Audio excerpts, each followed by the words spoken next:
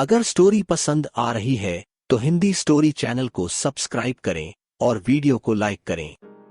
Episode 114 ख्याल रखना। सुजॉय का सवाल सुनकर लैला कुछ पलों के लिए सोच में पड़ गई थी। क्या वो जो बात पाहूजा साहब से कहने वाली थी उसे सुजॉय को बता देना चाहिए? और उन कुछ पलों में लैला के सामने उसके पिछले सारे रवैये फ्लैशबैक की तरह गुजरने लगे थे। उसकी बातों पर यकीन न करना, उसे बात बात पर नीचा दिखाना और फिर उसे जलील करना, ये सब सुजॉय की फितरत की ऐसी बातें थीं जिससे लैला मन ही मन में खूब कुड़ी हुई थी। यही वजह थी कि उसने जैसे एकदम से फैसला लेते हुए कहा, नहीं, ऐसी कोई जरूरी बात नहीं थी। मैं बस उनकी तबीयत के बारे में ही जानने के लिए कॉल कर रही थी। अब वो सो रहे हैं तो कोई बात नहीं, मैं कल फिर कॉल कर लूंगी। Good night. कहकर उसने सुजॉय के कुछ भी बोलने का इंतजार किए बगैर ही कॉल रख दिया। जबकि दूसरी तरफ सुजॉय उसके इस अंदाज पर एक बार फिर से कुड़कर रह गया। पता नहीं इस लड़की के दिमाग में क्या चलता रहता है। कहती है कि डैड की तबीयत जानने के लिए कॉल किया था। अरे उनकी तबीयत खराब का तो मैंने अभी बताया उसे। इसे लगता है कि दुनिया में सबसे ज्यादा स्मार्ट ये खुद है। दूसरों को कुछ भी बोल देगी तो दूसरे उसे सच समझकर यकीन कर लेंगे। कहते हुए सुजॉय आईने के सामने आकर खड़ा हो गया। उसकी नजर जब खुद के झुंझुलाहट भरे चेहरे पर पड़ी तो वो एकदम से खुद को डांटते हुए बोला, और ये मैं किस खुशी में उसके बारे में इतनी बातें किए जा रहा हूं यार। हद होती है किसी के बारे में सोचने की भी। कहते हुए उसने अभी अभी पहने हुए स्लीवलेस वेस्ट को बराबर किया और बेड पर आ गिरा। अगली सुबह सब एक बार फिर से सेट पर इकट्ठे थे। यहाँ तक कि दिव्या भी टाइम से पहुंच गई थी और ये देखकर सुजॉय काफी रिलैक्स्ड महसूस कर रहा था। सबने पूरी जी तोड़ मेहनत के साथ शूटिंग शुरू की। सबसे पहले लैला और दिव्या का ही सीन शूट होना था। उसके बाद दिव्या के कुछ सोलो शॉट्स थे। अपनी शूटिंग खत्म करके लैला अभी बैठी ही थी कि तभी एक स्पॉट बॉय ने आकर सुजॉय से कहा, सर, घर से कॉल आई थी। पाहूजा साहब की तबीयत कुछ ठीक नहीं लग रही। ये सुनते ही सुजॉय ने एकदम से कहा, ओके गाइस, आज के लिए पैकअप करते हैं। बाकी की शूटिंग हम कल कर लेंगे। मुझे अभी निकलना पड़ेगा। ये सुनते ही एडी ने कहा, सर, आप चाहें तो आप जाइए, हम यहाँ आज का शूट कंप्लीट कर लेंगे। लेकिन सुजॉय ने मना करते हुए कहा, नहीं, मैं इन आखिरी के कुछ सीन के लिए कोई रिस्क नहीं ले सकता। वो मुझे ही शूट करना होगा। कोई बात नहीं, सभी लोग कल अवेलेबल रहेंगे ही, बस थोड़ा एक्स्ट्रा टाइम लगेगा। कहते हुए उसने दिव्या की तरफ देखा तो दिव्या ने भी मुस्कुराते हुए हामी भरी और कहा, हाँ हाँ, क्यों नहीं, अभी पाहूजा साहब को देखना ज्यादा जरूरी है। हम लोग कल कर लेंगे ना। ओके कहकर सुजॉय एडी को कुछ जरूरी इंस्ट्रक्शंस देने लगा। जबकि ये कहकर दिव्या ने मेघा की तरफ देखा और एकदम से शैतानी स्माइल देते हुए हल्के से एक आंख दबा दी।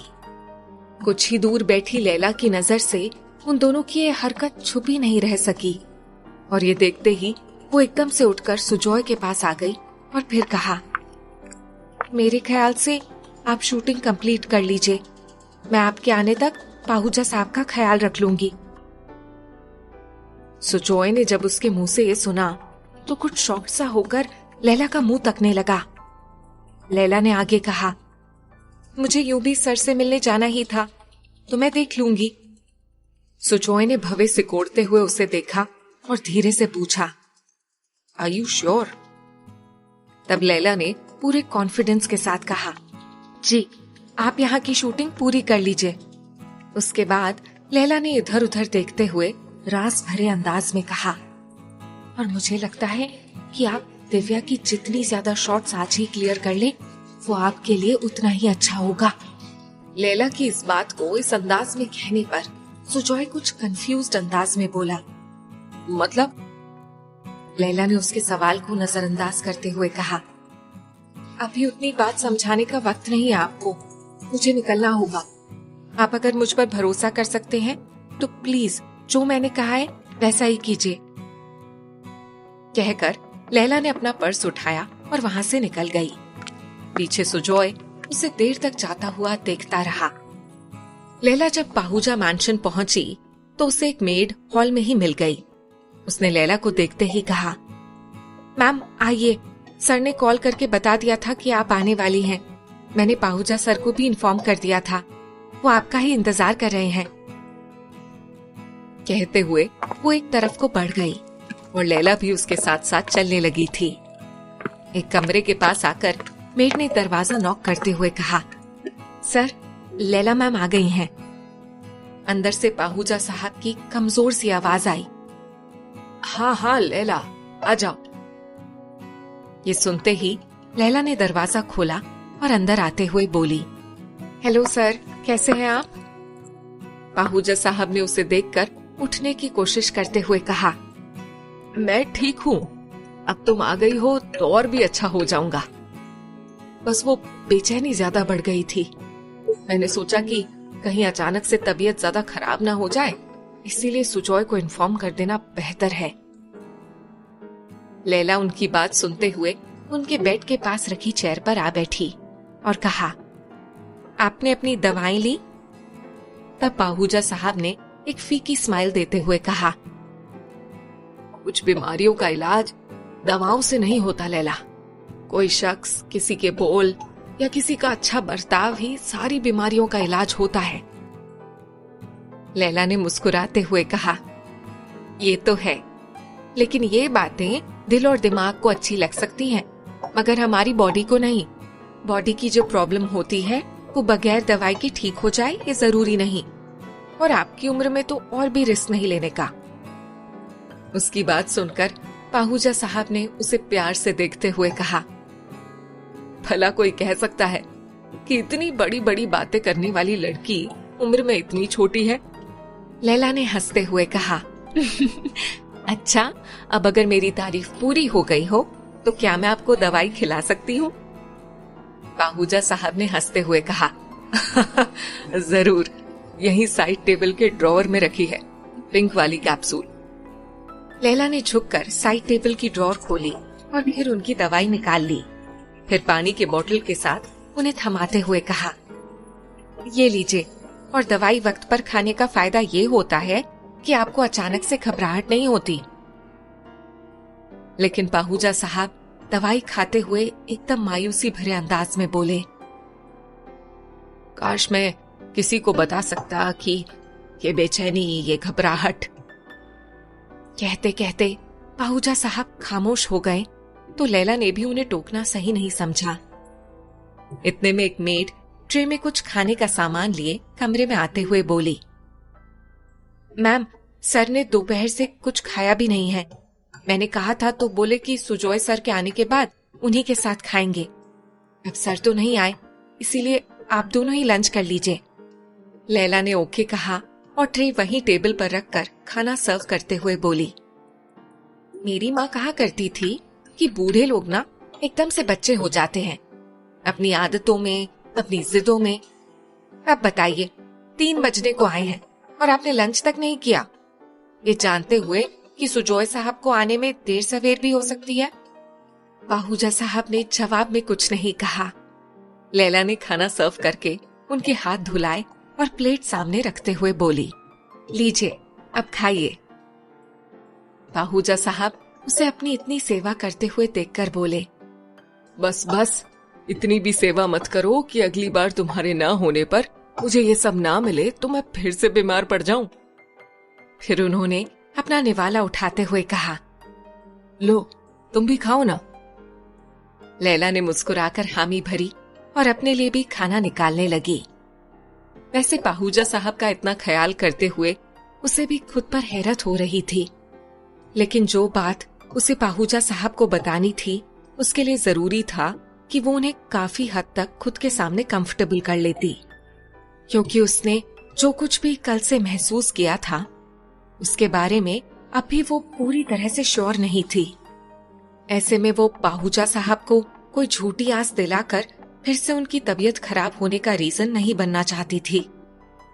पाहुजा साहब ने जब अपना लंच फिनिश कर लिया तो लैला ने सारे बर्तन समेटकर एक साइड में रख दिए और फिर पाहूजा साहब ने लैला की दी हुई दवाई खाकर लेटते हुए कहा, इंसान खुद को कितना भी बहला ले। अगर स्टोरी पसंद आ रही है तो हिंदी स्टोरी चैनल को सब्सक्राइब करें और वीडियो को लाइक करें। लेकिन एक वक्त ऐसा होता है जब वो मजबूर हो जाता है कि जिस बात से पीछा छुड़ाने की कोशिश कर रहा हो, फिर अपनी जिंदगी भी उसी में तलाशने लगता है। और मुझे लगता है कि मेरे सामने अब वही वक्त आ गया है।